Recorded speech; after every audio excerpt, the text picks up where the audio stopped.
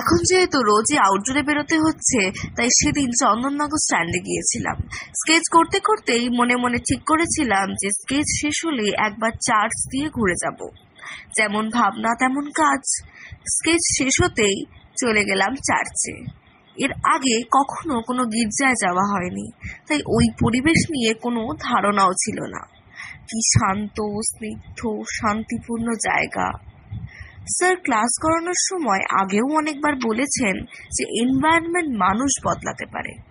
তখন ভাবতাম হয়তো তা শুধু আঁকার খাতায় বিষয়ভিত্তিক ছবি ফুটিয়ে তোলার ক্ষেত্রেই প্রযোজ্য, কিন্তু এখন তা বুঝতে পারলাম যে কথাটা ইউনিভার্সাল, সব ক্ষেত্রেই প্রযোজ্য।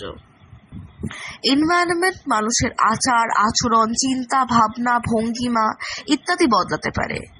চার্চে এনভায়রনমেন্ট এতটাই স্নিগ্ধ, শান্ত, শান্তিপূর্ণ ছিল যে আমরা আউটডোরে বেরিয়ে সারাদিন বকতে থাকলেও ওখানে আমাদের কথা প্রায় বেরোচ্ছিলই না। তার মধ্যে আমি আবার নূপুর পরে গিয়েছিলাম। আগে যদি জানতাম এখানে আসবো তাহলে হয়তো খুলেই আসতাম, কিন্তু কি আর করা যাবে, ফ্যাসাদে পড়ে চোরের মতো পা টিপে টিপেই চলতে হলো। তাও একটু একটু আওয়াজ নিজের কানে আসতে খানিকটা অকওয়ার্ডই লাগছিল। খ্রিস্টানরা যীশু খ্রিস্টকে প্রণাম করার যে পদ্ধতি সিনেমা ওয়েব সিরিজে যতটা দেখেছি সেরকম ভাবেই করার চেষ্টা করেছি।